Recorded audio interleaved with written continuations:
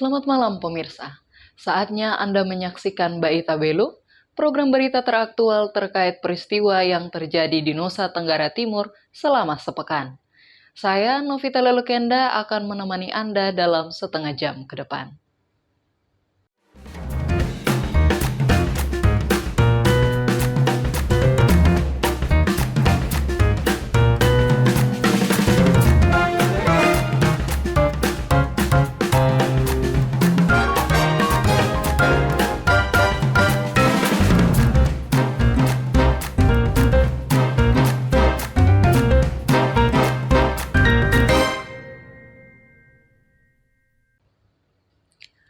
Turut memperingati Hari Anti Narkotika Internasional, Badan Narkotika Nasional Nusa Tenggara Timur ungkap 4.875 orang jadi pengguna narkoba.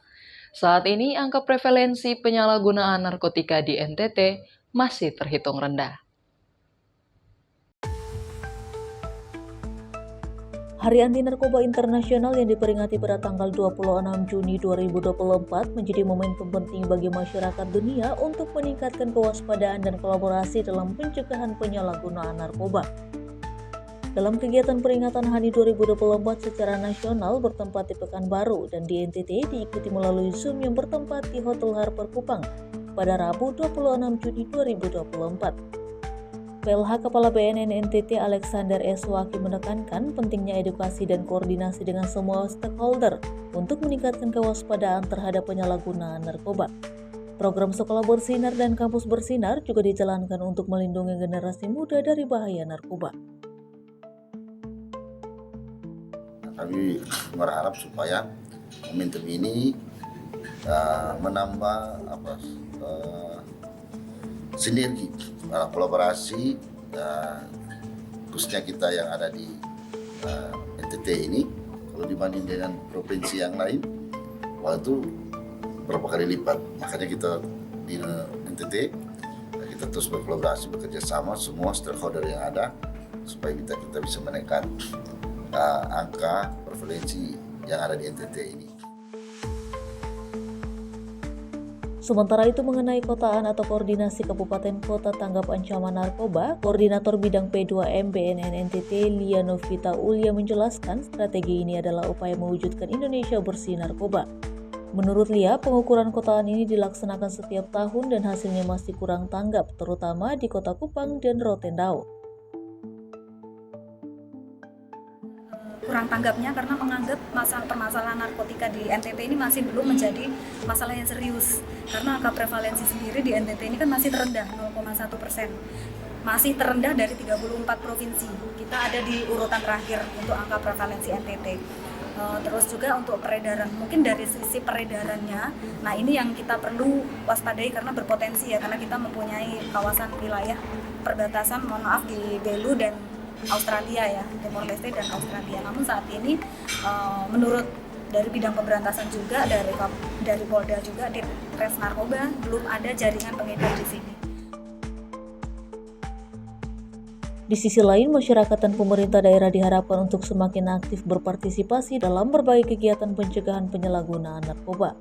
Didukung dari berbagai elemen masyarakat, diharapkan dapat membantu menurunkan angka penyalahgunaan narkoba dan menjaga generasi muda dari dampak negatif narkoba. Dari Kupang, Tim Liputan Timor TV melaporkan. Memperingati Hari Anti Narkotika Internasional, Badan Narkotika Nasional Kabupaten Belu menggelar lomba mewarnai bagi anak-anak PAUD se-Kabupaten Belu. Kegiatan ini melibatkan pelajar dari berbagai usia menunjukkan aksi kreatif mereka.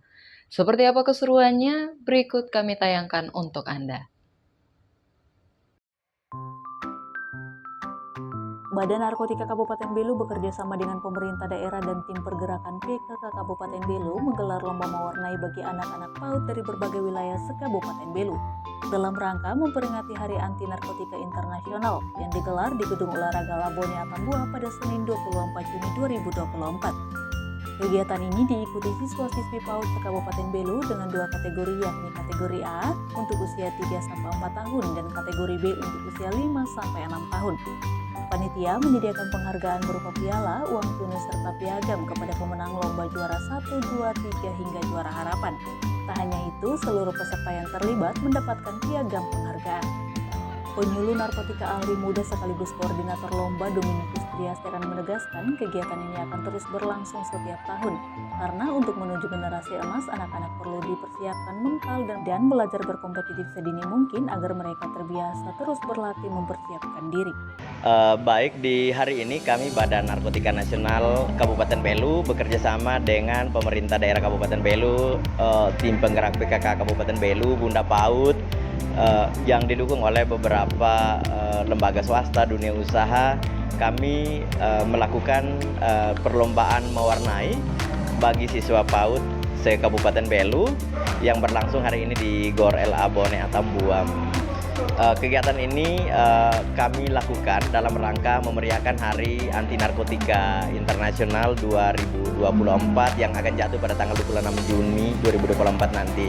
Salah satu rangkaiannya dari beberapa rangkaian kegiatan yang kita lakukan. Peserta yang dilombakan ini berasal dari siswa PAUD se-Kabupaten Belu.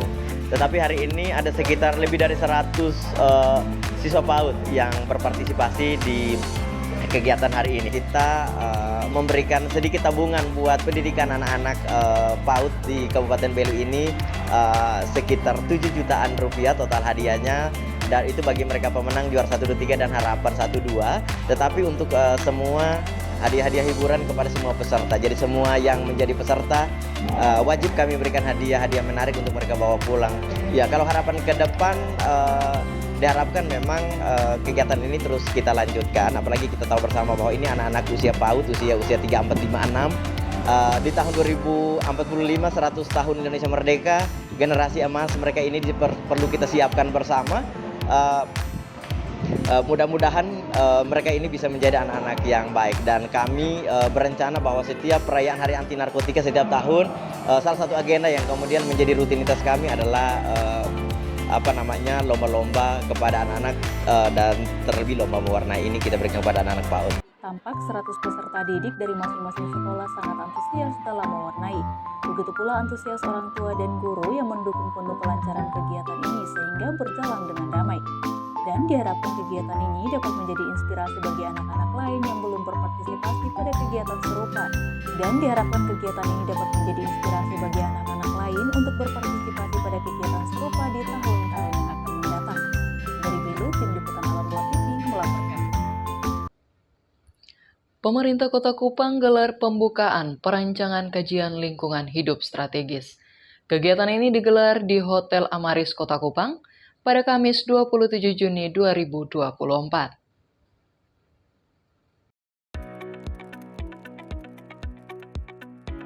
Pemerintah Kota Kupang bersama mitra lembaga swadaya masyarakat LSM Kapasit Catholic Relief Services CRS menggelar pembukaan penyusunan kajian lingkungan hidup strategis KLHS untuk diintegrasikan dalam perancangan pembangunan jangka menengah daerah RPJMD tahun 2025 hingga 2030. Kegiatan ini digelar di Hotel Amaris Kupang pada 27 Juni lalu. Dalam gelaran ini tampil Hiri Sodra Kota sebagai ketua tim ahli untuk mengkaji indikator tujuan pembangunan daerah. Kita mengkaji capaian indikator tujuan pembangunan berkelanjutan yang sudah dilaksanakan, yang sudah mencapai target, yang sudah dilaksanakan belum mencapai target, yang belum dilaksanakan dan belum mencapai target, serta yang indikator-indikator yang belum ada data perlu kita memberikan penekanan.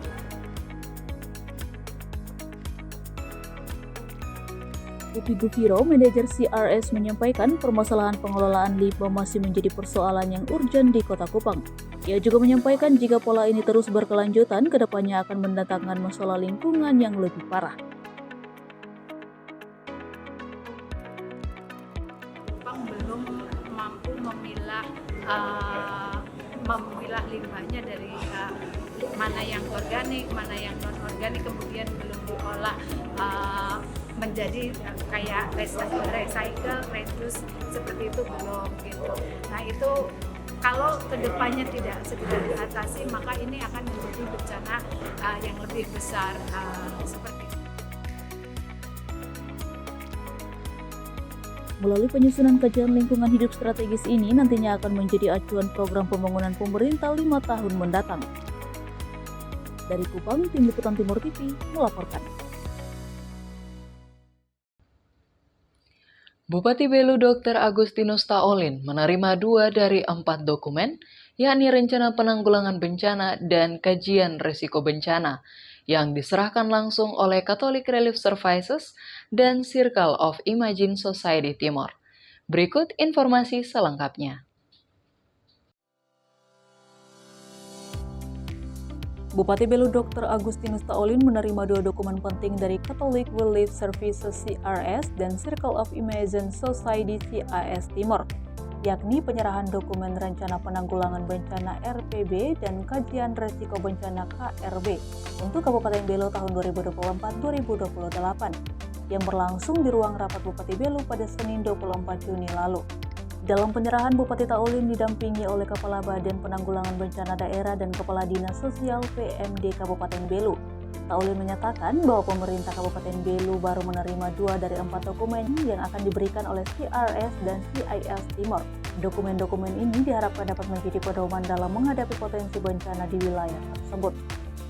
Bupati Belu bersama CRS dan CIS Timor bersama Kepala Badan Penanggulangan Bencana Daerah, Kepala Dinas Sosial PMD di kantor Bupati kita menerima 4 dokumen, tapi hari ini yang diantarkan 2 dokumen.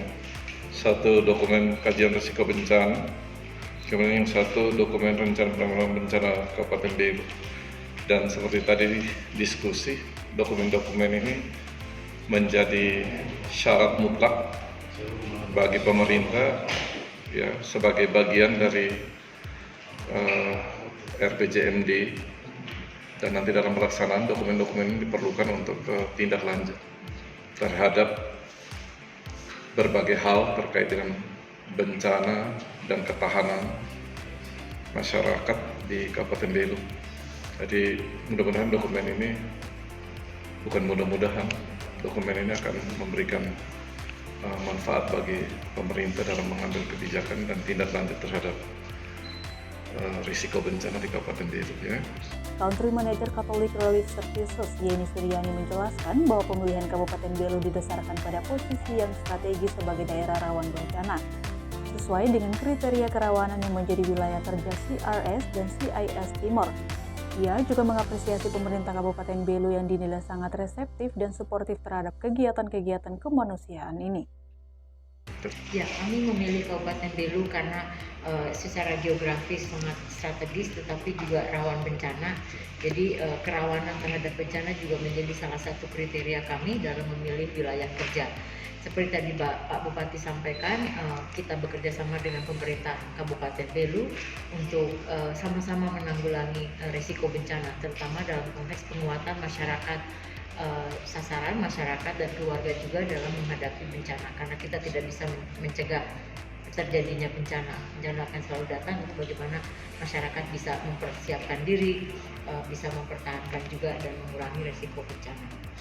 Melalui penyerahan dokumen, diharapkan kerjasama ini dapat terus berlanjut dan semakin memperkuat upaya dalam mengatasi berbagai bencana di wilayah Kabupaten Belu. Juga pemerintah Kabupaten Belu berupaya untuk memprioritaskan bencana sebagai masalah yang harus diperhatikan, sehingga tidak menimbulkan korban jiwa, kerusakan lingkungan, kerusakan harta benda, dan dampak terhadap psikologi masyarakat. Dari Belu, Tim Liputan Atambua TV melaporkan. Pemirsa, usai jeda akan ada informasi persiapan pelaksanaan pemilihan kepala daerah. Tetap bersama kami.